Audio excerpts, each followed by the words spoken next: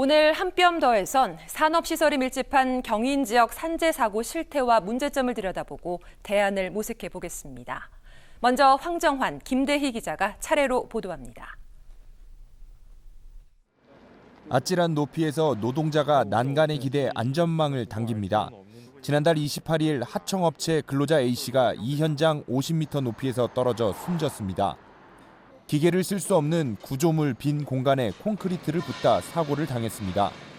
예견된 인재라는 지적입니다. 안전고리를 어떻게든 설치를 할 수 있게 해줘야 되고, 두 번째로는 난간이 있어야 되고, 세 번째로는 추락을 실제로 했을 때를 대비해서 추락 방지망이 있어야 되죠. 사고 사흘 만에 또 다른 물류센터 공사장 3층 이곳에선 60대 근로자가 콘크리트 구조물 설치 작업을 하다 추락했습니다. 노동자 B씨도 집으로 돌아가지 못했습니다. 위험에 외주하로 매년 사망자는 늡니다. 지난해 숨진 828명 중 절반 이상이 건설 노동자입니다. 2020년에만 882명이 숨졌는데 3명 중 1명이 경인 지역 노동자입니다. 산재 질병까지 포함하면 매일 5명씩 숨집니다. 오늘도 무사일한 현장 구호는 어느새 유효기간을 잃었습니다. OBS 뉴스 황정환입니다. 사망사고가 발생한 인천 원창동 공사 현장. 50인 이상 사업장이고 공사 금액도 50억 원 이상으로 알려졌습니다. 27일 이후라면 중대재해처벌법 대상입니다. 적용해봤습니다. 4조 조항에 따라 안전보건 확보 의무를 살핍니다. 5조대로라면 하청 노동자라도 경영 책임자 등을 추궁할 수 있습니다. 1년간 안전교육을 2번 이상 보고받았는지, 높은 곳, 다시 말해 고소작업 계획서와 안전보건대장 등이 잘 이행됐는지 등도 샅샅이 따지게 됩니다. 중대재해법 수사 대상에 오를 수 있는 곳이 작년 말 기준 190개라는 게 노동부 설명입니다. 경영 책임자는 1년 이상 징역형, 법인은 50억 원 이하 벌금을 물게 됩니다. 최대 5배에 달하는 징벌적 손해배상도 뒤따를 수 있지만 허점이 많습니다. 이른바 작은 사업장은 중대재해기업처벌법에서도 배제됐고 산업안전보건법 보호의무에서도 아예 빠졌습니다. 작년 기준 사망사고 50인 미만 사업장은 78.6%, 50억 원 미만 사업장은 71.5%입니다. 621곳에서 사망자가 나왔지만 법 적용이 안 됩니다. 최고 윗선에 책임을 묻는 건 역시 사각지대가 많습니다. 위험의 외주화 방식으로 책임을 계속 분산해서 적용 제외를 시키는 방식으로 나간다거나 이런 것들이 가장 우려되는 거고요. OBS 뉴스 김대희입니다.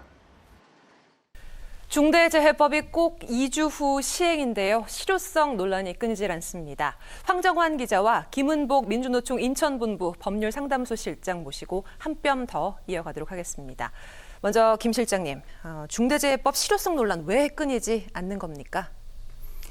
이 법을 놓고 처벌 만능주의냐, 인식 개선 먼저 해야 되는 거 아니냐 이렇게 비판들 하시고 틀린 얘기라고 생각하지는 않습니다. 근데 돌이켜보면 우리나라는 개국 이래로 후진국형 중대재해가 끊이질 않았고 여전히 세계 1등의 산재 사망률을 자랑하는 나라고요. 터닝 포인트가 필요하고 경영 책임자한테 책임을 줘서 터닝 포인트를 만들려고 한 게 중대재해법인데, 네. 그런데 안전 담당 임원을 따로 둬서 책임을 피해갈 여지도 있고요. 그리고 그 책임의 내용으로 안전보건 확보 의무도 너무 제한적으로 나열한 점이 있고, 그리고 절반을 훌쩍 뛰어넘는 산재가 발생하는 소규모 영세 사업장들은 다 적용을 유예시켰거나 제외시킨 한계 때문에 그런 것 같습니다. 네, 터닝 포인트라는 말씀 자체에 이제 기대감도 있지만 아쉬움들도 함께 표현을 해주셨습니다. 저희들이 을 중에 을이라고 하죠. 현장 노동자분들께는 주로 좀 어떤 도움을 주고 계신지도 궁금합니다. 제가 그 중대재해 피해자분들한테 직접 도움을 드리는 건 아니고요. 작년에 인천 중대재해 대응사업단이라는 게 꾸려졌고 거기 같이 하면서 좀 더 자세하게 관심 갖고 들여다보고 있다 말씀드릴 수 있는 거고, 대체로 보면 겪었던 사례들이 다 비정규직, 소규모 영세사업장, 외주 하청사업장의 이제 지금 말씀하신 을 중에 을에 해당하는 분들이 주로 피해자분들이세요. 이분들이 그러니까 이 보상이라는 문제와 네. 원인 규명이라는 문제 사이에서 좀 저울질 당하기 쉬운 처지에 계신 분들인 거고요. 직접 나서서 원인 규명해라, 책임자 처벌해라, 재발 방지 대책 만들어라 하시기 좀 어려운 게 현실인 것 같습니다. 네. 황 기자가 다녀온 사고 현장 살펴봤는데 모두 중대재해법 적용할 수 있는 규모인가요? 네, 적용은 가능하지만 증명까지는 난항이 예상됩니다. 위험한 현장 같은 곳에는 시공 안전보건대장과 건설 현장 유해 위험 방지 계획서 등이 작성돼야 하는데요. 사용자들은 당연히 잘 지켰다고 할 테니 아무래도 당시에 현장 녹취나 영상 등이 없으면 증명이 조금 어렵습니다. 네. 그런데 법 적용 사각지대가 너무 많다고 하는데 특히 경인 지역 어떻습니까? 네, 그렇습니다. 2019년 기준 경기도 사업장 수가 93만여 곳입니다. 이 가운데 법 적용이 제외되는 5인 미만의 근로자 사업장 수가 71만 곳이고요. 여기에 3년 유예 적용이 되는 50인 미만 근로자 수를 적용하면 약 99%가 적용이 당장 어렵습니다. 여기에 인천 지역도 1%만 적용이 가능하다 보니 법의 사각지대가 많습니다. 네. 앞으로 이제 더 만나실 일이 많으실 거라 생각이 드는데 마지막으로 한 말씀 부탁드립니다. 같이 식사를 하던 식구가 밥을 먹던 식구가 일하러 나갔다가 돌아오지 못하셨다고 생각을 해보면 억장이 무너집니다.